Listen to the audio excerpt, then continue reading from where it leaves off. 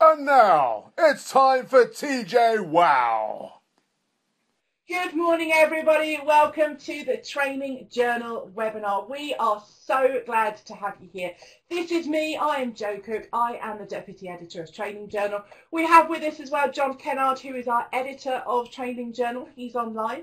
And what we're looking at today, well, it's all about conversation. I love this J. Cross quote because it really highlights to me what the format of our webinar is. We don't have any PowerPoint presentations from our speakers today. It's all about having a conversation.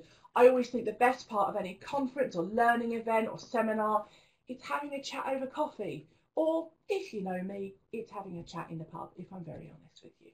So we've got the chat window that we can use. You are using that brilliantly to share whereabouts you are in the world. And mostly it's raining if you're in the UK. So thank you very much for sharing that with us. Also, what we have is a question pod. You don't get this on all webinars, but we've got this at the bottom here.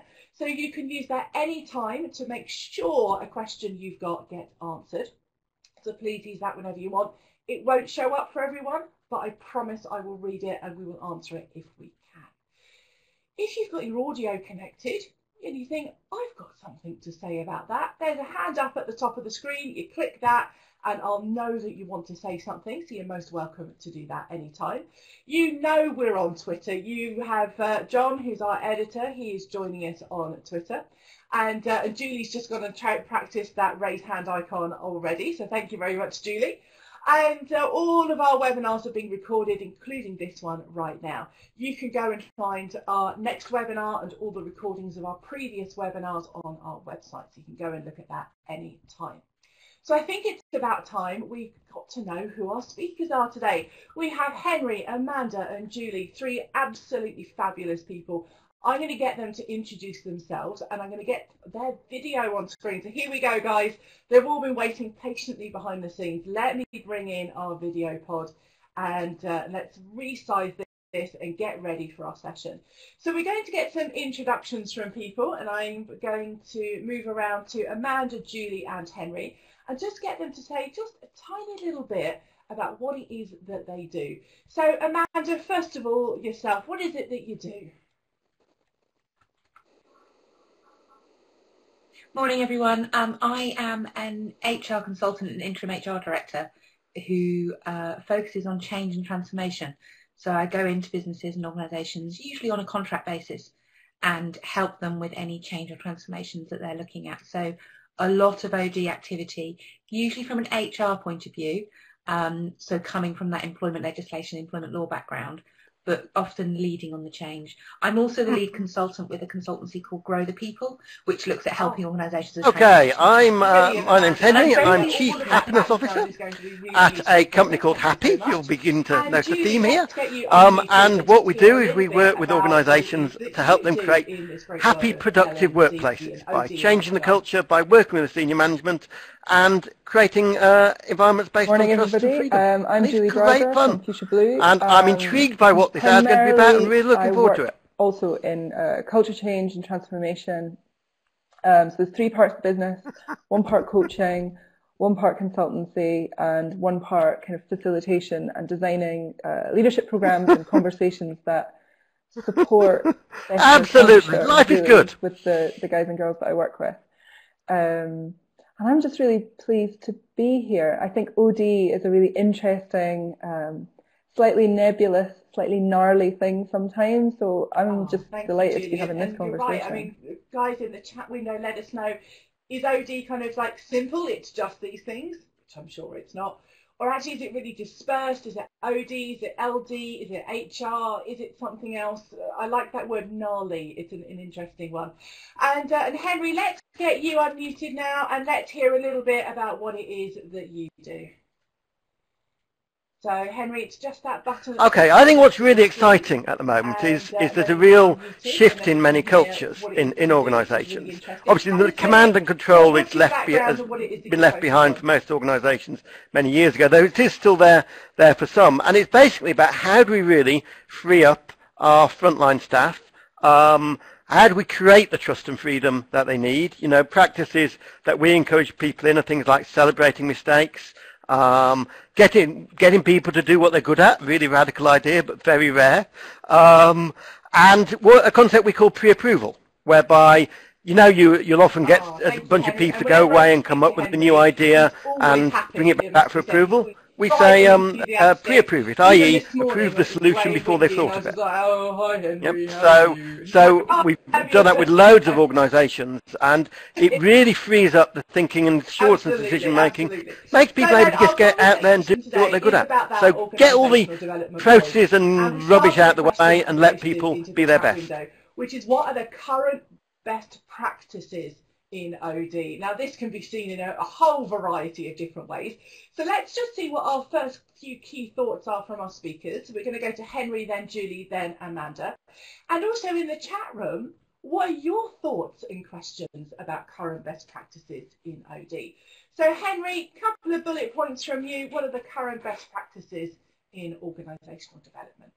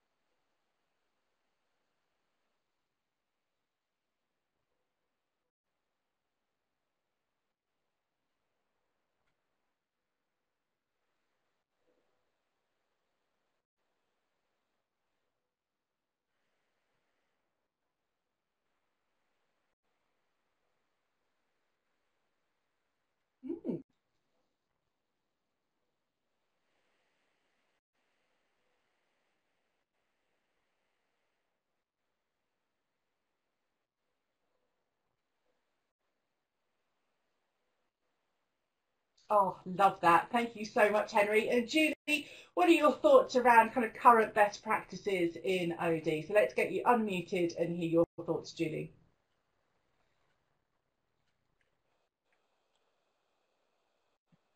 Yeah, I'm going to have to remember to unmute, aren't I? So from my perspective, a lot of the best practice stuff is sits around conversation. Okay, so that's my drum beat. You're going to hear that from me a lot. It's about being able to create and curate good conversations that enable people to join up internally. I absolutely agree with Henry about, it's about getting people who are doing things well to continue doing that and to share that, the good practice and the good ideas and things internally. There's a comment from Roxana in the chat room about organisational design. I think when we talk about OD, we tend to think about organisational development, which for me is looking at the whole organisation and how do we develop everything, the thinking, the learning, the productivity. But there's a really key part that's coming into play at the moment around how we design. So how do we resource? How do we make sure that we stop having continual restructures and messing people around, because that has a real impact on culture. So I think for me, there's some real stuff around convening conversations, creating them, both virtually, Jo, and in real life. And then there's definitely, the piece about how do we design and organise ourselves in the best possible way so that people can talk and share. Thank you, and thank you for picking up on what Roxana has said as well about organisational design. Amanda, what are your kind of first thoughts about the current best practices in OD?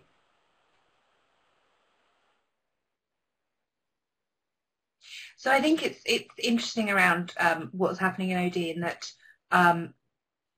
on the face of it, actually, there is no current good practice. We're doing the same thing we've done for many, many years. So actually, I think there's an opportunity for organisations and OD practitioners to change in what they're doing and to really take note of what's happening elsewhere around what's happening at work. I think something that both Henry and Julia said resonates with me. So I think there is this whole human element, and I think that actually in organisations we're very much looking at being kind, being careful with people, and being human. And I think that we're seeing that in the workplace, and we're having to see that with organisational development. And I think that people are having to think more about that very human impact rather than process and system impact, as well as where they're going to do in terms of organisation design. I'm sure we'll talk about organisation design in a bit as well. And interestingly, Julie and I have had some interesting conversations that involve felt tip pens and drawing around organisation design. So I think we'll both get excited about that one. The other side for me is about the shift in a way. Well, that's interesting. I have to confess, the term organisational design was slightly new to me. I've just been Googling it to find out so, for example, what it's all about. I certainly think how an organisation is structured and I guess designed absolutely influences. I've been in organisations where it was impossible to get anything done.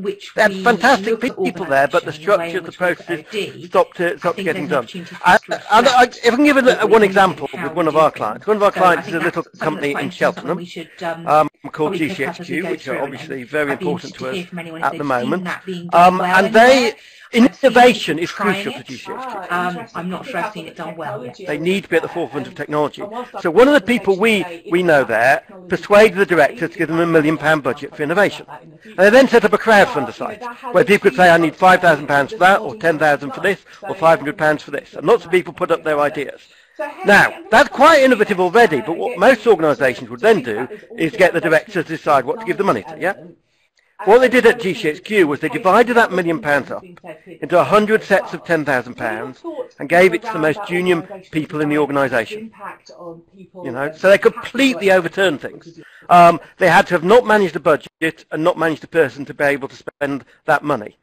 And it completely changed the dynamics. I was talking to somebody there who came up with an idea for a new piece of technology to improve communications that would cost £10,000. In the past, it would have taken months. Now, they just put it on one shot, the name of the technology. It got funded within a week, and within 2 weeks, they were implementing it. So that you change from kind of the old hierarchies into, hey, I've got a great idea. Let's get out there and see if it works, and let's do it. So things like that, I think, can change things. And I guess, is that organisational design? I think so.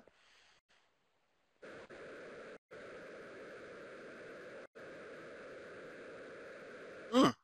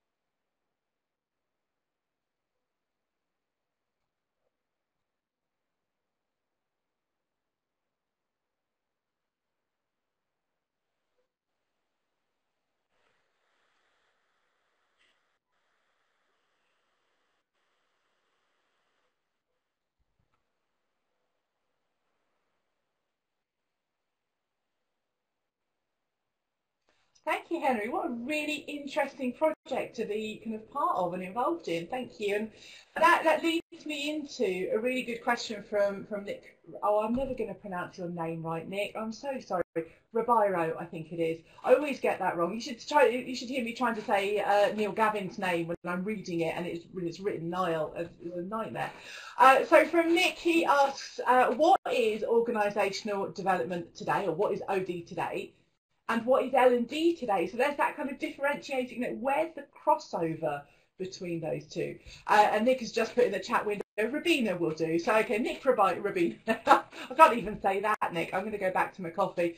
Julie, I'm going to get you to answer this one first, and I'll go to Amanda and Henry. So, Julie, what is OD today, and what is L&D today?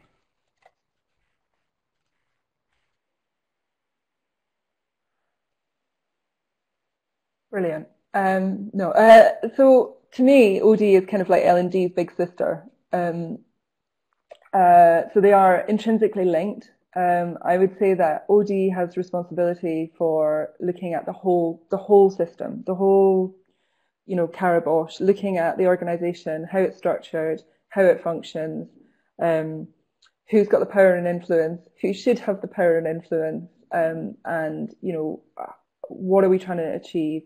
So for me, like OD is a really broad view on the organisation. And I think that's why it becomes quite gnarly and quite complicated. So HR fits within that. Some HR practitioners do not appreciate that as a distinction, but I think that's fair. And L&D fits within that as well. So learning development is a particular function that happens within the organisation. Somebody's writing on the chat room, what I find frustrating is sometimes there's OD snobbery that they get the conversation first and then decide when L&D gets invited. Right, so that stuff runs absolutely within organisations. For me, OD, whether that be organisational development, I think organisational design is something slightly different. It's a more technical specialism within the OD framework. But you need OD practitioners to look across the whole piece. And then L&D to have that kind of specialism within that. We are talking in very broad brushes. In most organisations, they're not even big enough to be able to, have all these different people. So you may have to switch hats. And I'm very much from the school where it kind of doesn't matter. I think we need learning in organisations. We need people who can take a broad view and a long-term view, and then we need people who are technically extremely good and can crack on and do the stuff that needs doing on a day-to-day.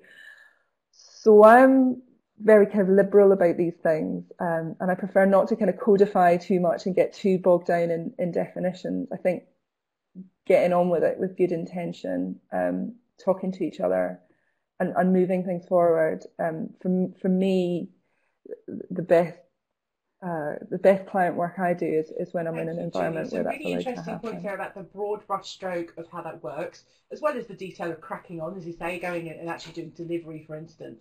Amanda, do you feel similar to Julie, or have you got a different point of view about what OD is and what L&D is? So I think I have a slightly different point of view. I think that I think for a lot of people working in business, they don't know what the difference between OD and L&D is. They don't understand because they both have development in, and they kind of go, well, that's what organisation development is about. So when you talk to people outside of the OD, L&D, HR sphere about what OD means, many of them think it's learning and development. And until you start talking about actually it's wider than that, it's about processes, it's about systems, it's about ways of working. And then you talk, and that's what the organisational development side is. Then they start going, oh, well, it's not L&D then. So I'm going to contradict myself. I kind of agree with Julie. It doesn't matter. Actually, I think you have the same skills and the same, a lot of the same activity in the two areas. I think that Tess makes a really good point. I think there can be a lot of snobbery from OD professionals. Oh, no, we're not L&D. Well, you are, but you're L&D both for individuals and for organisations. So we kind of need to remember that we're all working together in the same pot and the same hat, and we need to support each other and work together in that way. However, and little self-plug, because why not? At the recent CIPD L&D conference, I was part of the Ignite sessions, a non-training journal website. Well, I think, well, start by saying I think I'm in wild agreement with Amanda and probably Julie, in that L&D get involved too late.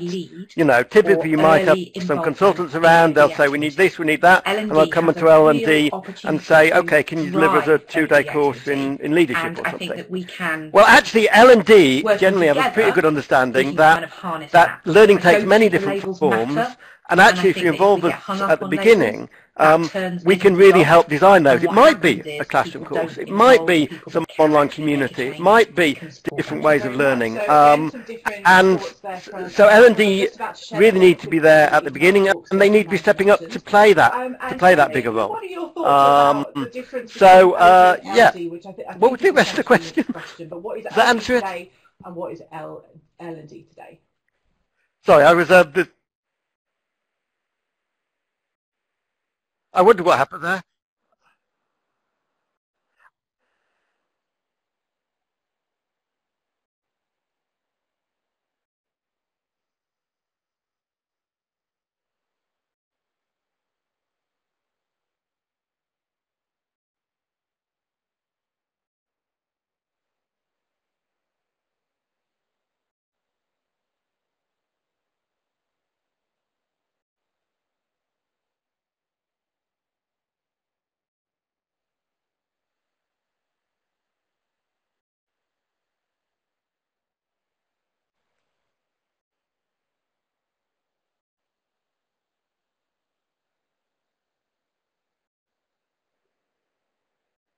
I think it does. Yeah, sorry about that Q&A pod there. That was a little bit kind of weird.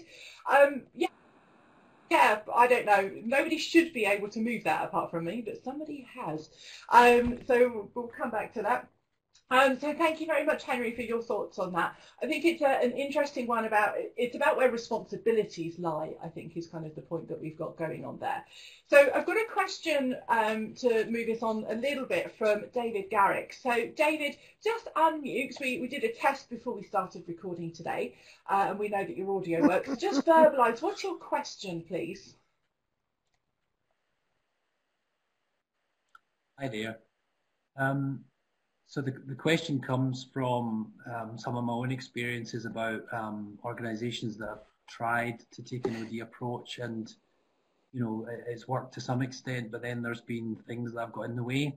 So without leading any more, the question was, I was interested in your views about what are the the 2 or 3 key things that really need to be in place for an OD approach to work, and also potentially what is the one thing that makes it most likely not to work? Thank you very much, David. Really great question. So let's go. I think everybody's just thinking and making some notes now on your great question. So let's come to Julie first of all, I think, and then we'll go to Amanda and Henry on this one. So Julie, let's get you unmuted. And also everybody in the chat window, what are your thoughts on this question? I've shared the question in the Q&A pod.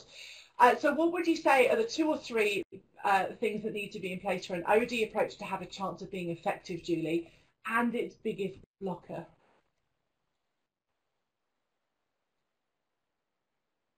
So, Julie. So relationships are key for me. So the OD practitioner or people who are around, who are working within that OD environment need to be able to build good, strong, influential relationships around them. I think that, for me, that's one of the absolute essentials. You need to be able to work in the grey sometimes between lots and lots of different agendas. And be able to understand some of the politics that are happening and still push forward, the agenda around the longer term view, the development of the thinking and the organisation, as we talked about before. So being able to work with relationships and build influence and understand the kind of power structures and systems that you're working with, for me, is absolutely key. The very best OD people I know are really good at that. I'm going to say good sense of humour, because I think that's also really important, because often, particularly if you're working in an organisation that's going through a huge amount of change or is really pushing forward, it can feel very tense, it can feel as though there's a huge amount of pressure. So being able to hold your lightness and your humour, I think, is part of your resilience in all of it, and helps you have some staying power. It helps you look after the people around you a wee bit as well. I think the barriers, David, for me are you do need to be able to influence very senior people, often decision makers and budget holders. It's not a priority sometimes. There are other things that they're there to deliver. And the things that they're to deliver seem to have more commercial importance than the kind of internal people agenda or the cultural agenda or whatever happens. But for me, the inside needs to be strong in order for outside stuff to work. So 2 things for me, really. Being able to build good relationships and influence, having a good sense of humour helps. And then I think the barriers are when very senior people don't really understand what's going on, or if you're flaky and you've got lots and lots and lots and lots and lots of things happening. So just be really clear and, thank you, Judy. be Clear quite and purposeful in your really actions. good advice, I think, for any help. project, anything we're working on. So, as well as answering that question. Thank you. Amanda, let's come to you and then Henry on this question about what are the kind of things that we need in place for an OD approach to be effective, and what's a really big blocker, Amanda?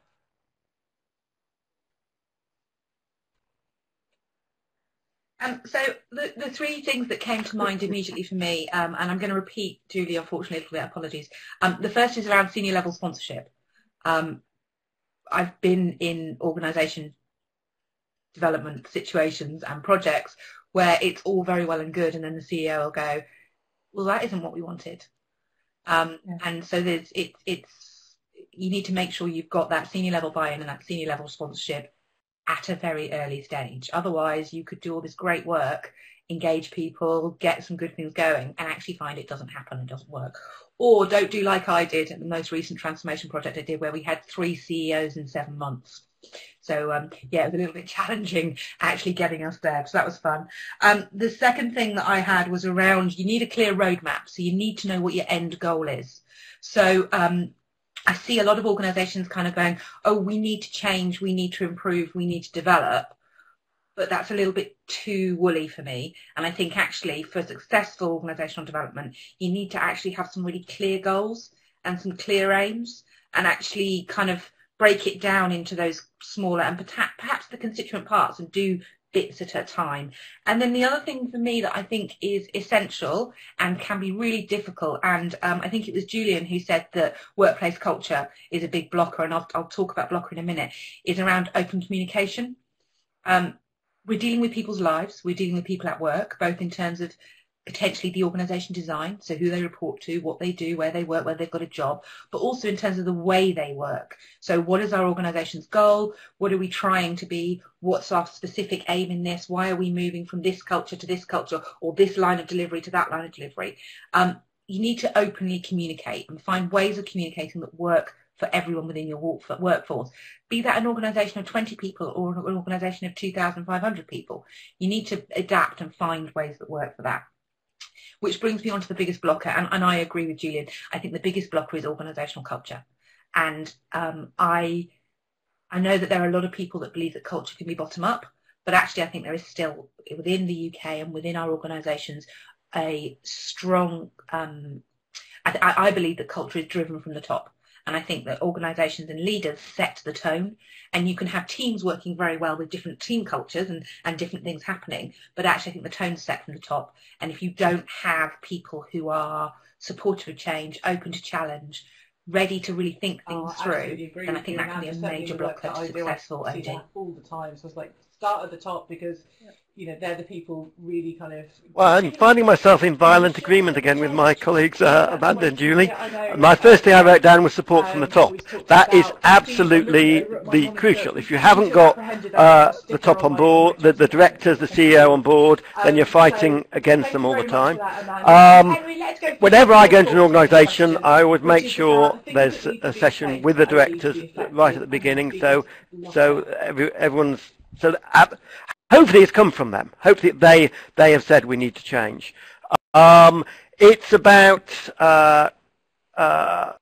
creating what can you do to free up an organisation to actually make it so that people can go. Many years ago we won an award for great customer service, and I asked the judges why we won it, and they said you won it because you absolutely understand what the customers want. But they said actually nearly every organisation we meet understands what the customers want.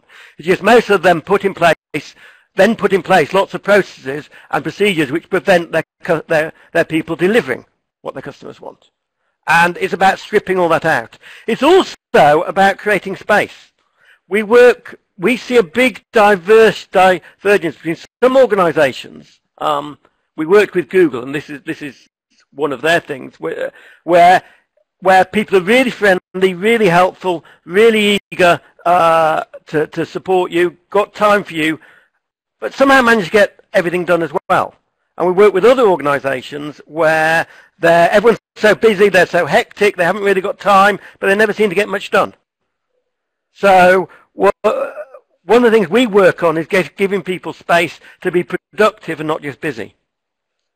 But the big blocker is unwillingness to change the culture, the processes. So after the financial crash, you had all these banks saying we have to change the culture, we have to change our service. They had all these highly paid consultants in to do it, but they left in place all the processes and all the things which made it a toxic culture. They left in place the individual bonuses, which were generally paid on people selling things to customers that they didn't want. You know, they had, you know, if you leave all that there, you can't change the culture. You need to genuinely free it up so that you have clear values and you have people on the front line able to say, I don't need to go to the rule book, I don't need to go through the process, I don't need to seek approval, I can just do it.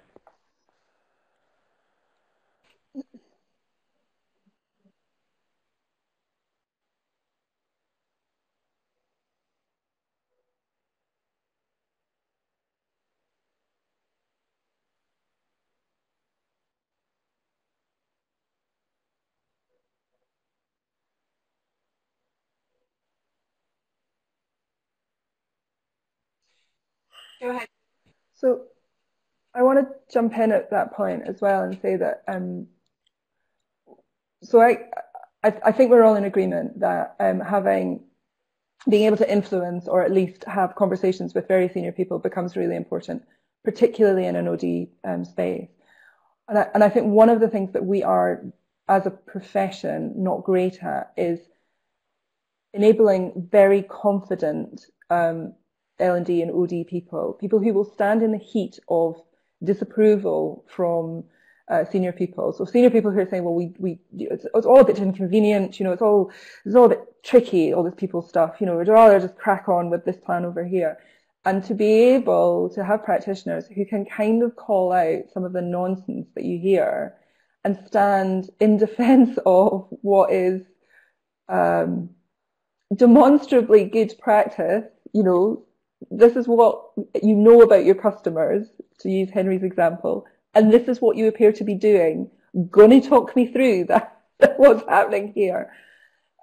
That's really important, because, you know, people keep saying, how do I get a voice? How do I get a voice? And we have to include ourselves.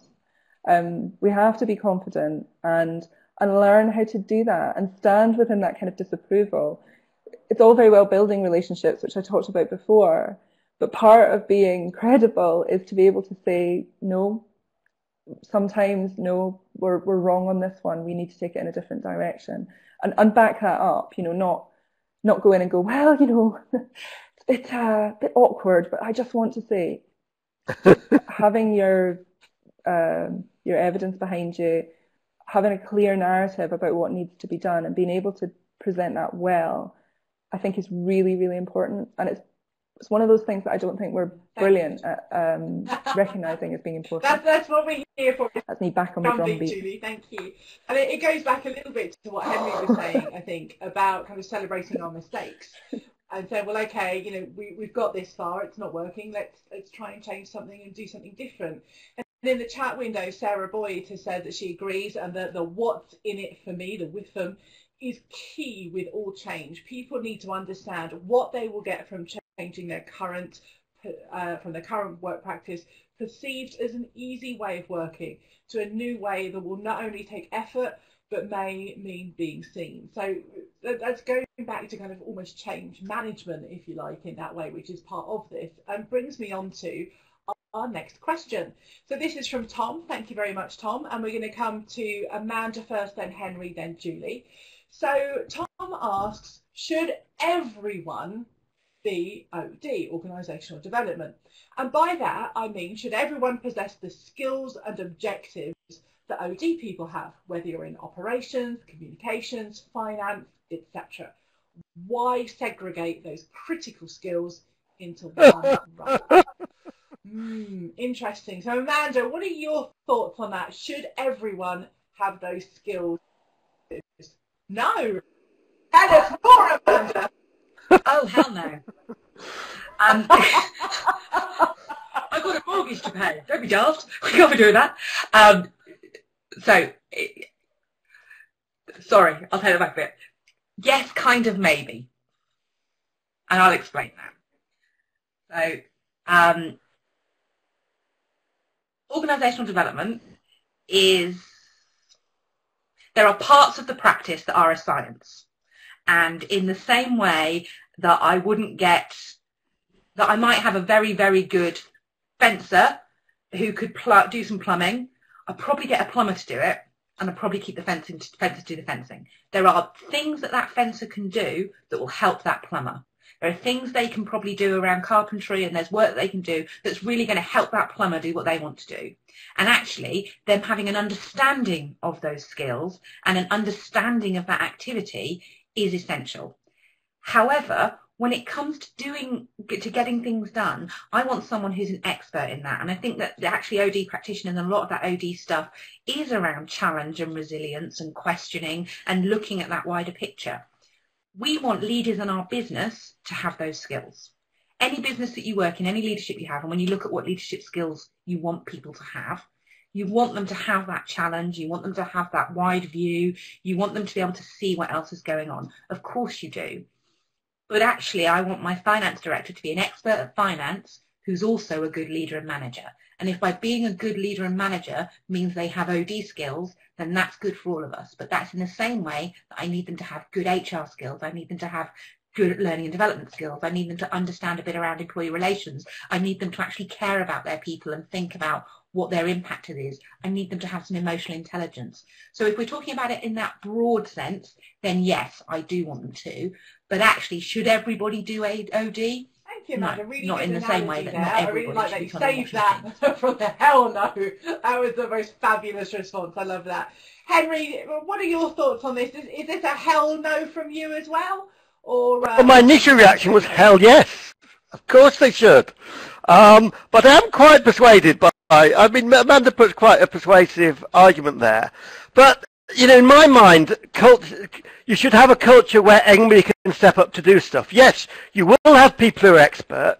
You know, one of my favourite companies is WL Gore, who make Gore-Tex, who you probably all know. And we had one of their speakers at the conference, and somebody asked, you know, how do you get promoted at Gore? And what he said was, you step up to take on extra responsibility, i.e. the person, there isn't somebody deciding who's ready for promotion, who needs, the people themselves decide, oh, I'm ready to do something a bit more, I'm ready to do this, I'm ready to take on this particular responsibility. And that's the kind of culture you want it from the bottom up. And in that thing, yes, somebody might say, you know, I want to help change this organisation. Now, there might be somebody whose role is OD, and they will turn to for advice and expertise, and who will have a position of authority not because of their title, but because they know they're a great person to go to and get advice from.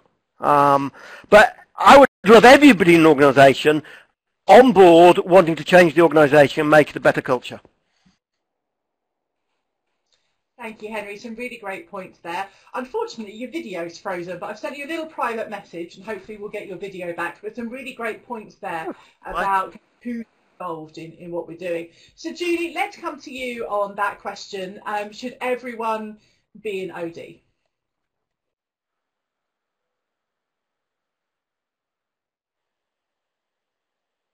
For me, no. Not necessary. If everybody was doing OD, you know, we may not have the sales that we require, or the manufacturing that we require, or the product development that, you know, etc. So I think it's one part of a very complex conversation that needs to happen in any organisation. There's lots of different voices, lots of different specialisms. It is one very important part of the picture. So I like Amanda's Thank you, Julie. So hopefully that's analogy that very is much. resonating That works with all of you, and you can, you know, add more comments or questions in the chat window. So Henry's video still isn't working. I think what Henry's going to do is log out of the session and log back in again. It's always a good thing. Turn on again. Oh, we're not losing you, Henry. It's a mere pause. You'll come back. We know you will. Okay, well, you want me to log out altogether? Okay, right. Yeah, close the web browser down and then click that link and come back, and we'll get that working again. Oh, Sarah could see Henry live, so some of us can, some of us can't. Never mind.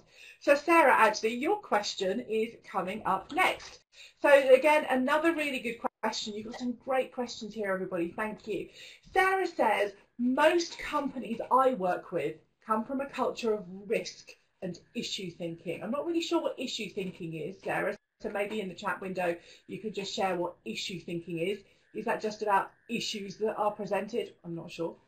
But Sarah's question says, when trying to create great OD, how do you work with that culture of risk? So let's come to Julie and then Amanda. So Julie, how do you work with a culture of risk in OD?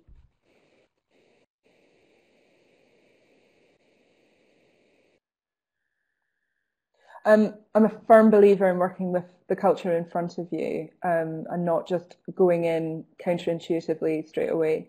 So my approach is always to try and really understand the culture.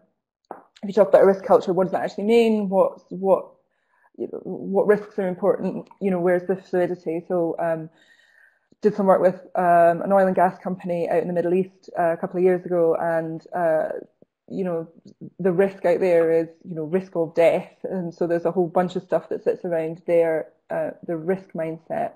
But not everybody is risky in every aspect. So there are other places where innovation is not only encouraged, but it's, important or vital, whatever. So any culture is quite different. There tends to be lots of little cultures that exist within organisations. So I think it's usually looking at where the little patches are and trying to join them all up. If that begins to make sense. So if you're working with a culture which is inherently risky and risk averse, the idea of bringing in a consultant or working as an internal consultant to try and make everybody less risky is probably not going to happen, and it might not be appropriate either. So for me, it's always work with the culture that's in front of you, understand it really well, and then begin to put in small steps, small experiments, and then perhaps bigger things beyond that, which will move you in the direction, piece by piece, that you want to get into. And back to Amanda's point earlier, having quite a clear roadmap and quite clear goals as to why you're doing what you're doing genuinely helps keep everybody nice and clear. A challenging one there, I think, that kind of working with that risk culture. And Sarah shared in the chat window that issue thinking is like deficit thinking, always is wrong and not what is good. So just to clarify that. Yeah. So yeah. Quite often an engineering mindset, which is it's broken, how do we fix it, rather than the sort of preventative stuff about, it doesn't break in the first place, or having a view that everything is possible to do. It can be seen as negative when really it's not. It's just the function that you're in. So let's come to Henry and then Amanda on this question. This is our last question, so we're just wrapping up on this. Yeah. Now, Henry, I'm not sure your audio is connected, but you're telling me it is. Let's see if we can hear you. Hello? Hello? Yes. Can you hear me? Can you hear me? Excellent. So Henry, what's your thinking on this? Okay. Okay. In cultures in companies where there is genuine risk, often what happens is everything gets tied down, there's rigid processes, and actually that gets in the way of a safe environment. I remember, you remember Baby P in Haringey, that terrible death? The first response you got from the people at Haringey was we ticked all the boxes. They'd followed the processes, but somebody hadn't used judgment. And what you need, we work a lot in the NHS. I remember being at one event where I was talking about celebrating mistakes. And somebody stood up and said, hang on, you're talking about celebrating mistakes, we work in the NHS. But then went on to say, if we were able to do that here, it would make such a difference. Because it's less so now, but certainly when I got started in the NHS, you didn't admit you got something wrong. Yeah? You didn't admit that what you'd done might have killed somebody. Now there's places you can go to admit that. And there was a study in the States of a hospital where by getting people to openly admit with no blame everything that went wrong, and in fact I think that is now required in the NHS, duty of candour, death rates fell hugely. So actually the processes, the procedures, the tick boxes that many risk-based cultures have do not help. More than anywhere, a risk-based culture needs clear guidelines and clear understanding and clear training, but it needs real freedom for people to use their judgment so that you get good decisions and you get safe decisions. Thank you very much. I think it's a really interesting area. That's where me. Moving from a way of thinking and a different mindset. Thank you, Henry, for sharing on that. And Amanda, last point on this one about, oh gosh, I can't even find the question now. The trouble when we start talking about this risk, culture of risk and issue thinking. What are your last thoughts on that before we move into reflection?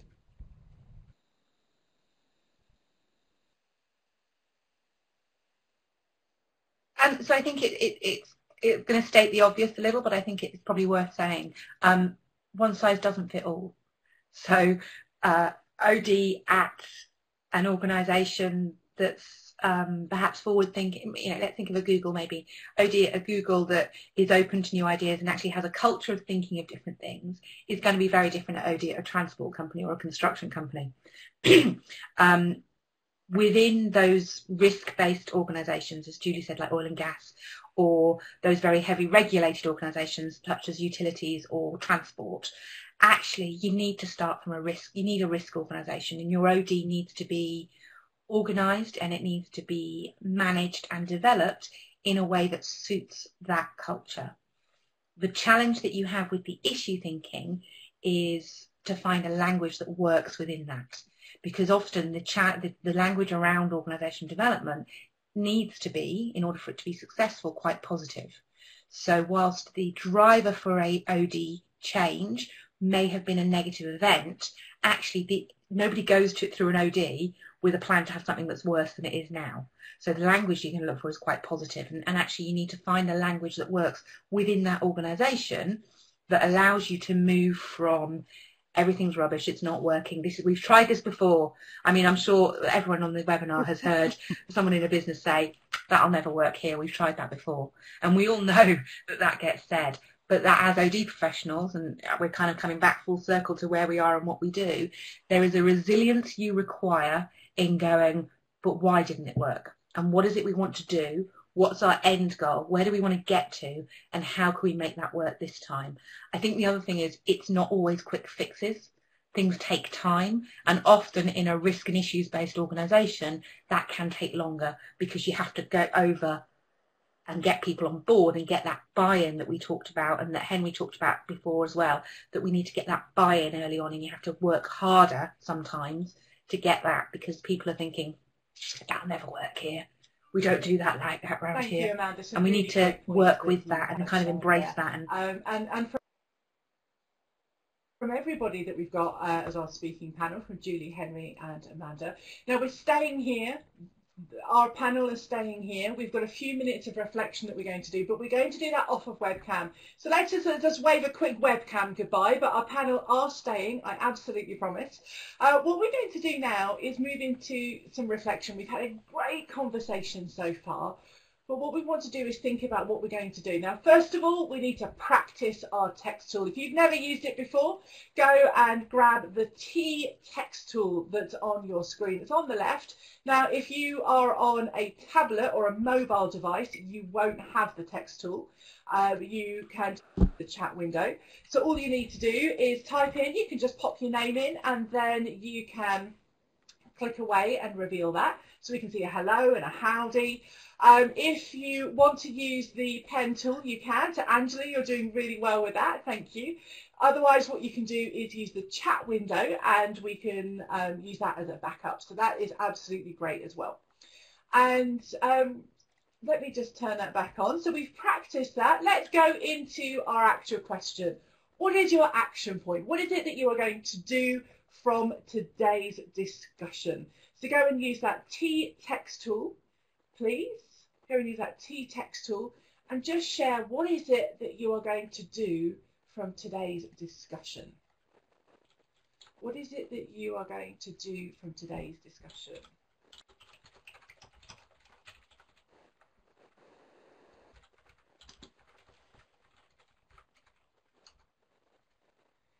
And we have their practice influencing, which I think is from Angela. Thank you so much, Angela. I'm just going to move that up a little bit so that we've got a little bit more space for other people to come on here. We also have the very first tool you can use on the toolbar is like an arrow, and you can use that to pick things up and move your writing around if you're on top of anybody. So what kind of things are you doing after today? So we know that Angela has written here practice influencing, really important point. Somebody said here, what's my roadmap? Where is it that I'm going? What am I doing? Define vision, to keep talking to the CEO, to continue to make the links between organisational development and L&D, some really good stuff there. So if you want to, you can write in the chat window. Leslie has said she's reminded that it can be the small steps in the right direction and the importance of unlocking the ideas and energy of people throughout the organisation. Brilliant, Leslie, thank you. Sarah has shared, start to try and capture my approach more fully as I tend to do and not plan. Oh, that's a good one there, Sarah, thank you. And what else have we got coming up on our whiteboard? Somebody has put a bit of role clarity with my L&D colleagues. Somebody else has said stakeholder engagement. Two great reminders in the middle of the whiteboard. Hold on to your lightness and focus on enabling confidence. That is really important. That's absolutely great. So thank you for what you're sharing here. Let's have a few more thoughts. There's lots and lots of you here today. At the bottom we have, I need more planning time to see where I want to go and make some paths so that when times are tough and my courage is challenged, I know that I'm on the right path. What a brilliant point added there. Thank you so much. Now we had Jill Brabner. You were on audio before the session. I wonder if you'd like to unmute, Jill, and just what are your thoughts on the conversation that we've had here today? Perhaps on what you're going to do or change or continue doing if you've had some confidence there, or just what are your thoughts on some of the topics that we've had. So Jill, just use that unmute button at the top left of your screen if you can. What are your thoughts, Jill? Well, hello, Joe. And well, my comment is the two great reminders from Julie for the people I work with, which is, you know, holding on to your lightness and the importance of having really confident L&D people around you for when things get tough. And I just love that. So thank you very much for those. And I've really enjoyed the conversation. It's just been, you know, a great reminder of OD issues and the importance of really thinking about the quality of conversations in organisations. So thank you, Joe. Thank you, panel. Thank you, everyone, for the questions. It's been a really worthwhile hour. So thank you. Oh, Jill, thank you so much. It's our pleasure. You can just click that mute button again, and you can carry on typing away if you want to. And Sarah says in the chat window, like the reminder of understanding the culture and adjusting. No point packing a bikini for a mountain climb. Sarah, what a brilliant, brilliant comment there. Thank you so much. Now, I have promised we're going to finish a few minutes early, so you can go and pay your respects with that 1 minute of silence. Let's just have a very quick final comment from Amanda, Henry and Julie. Amanda, what's your final thoughts on our discussion today?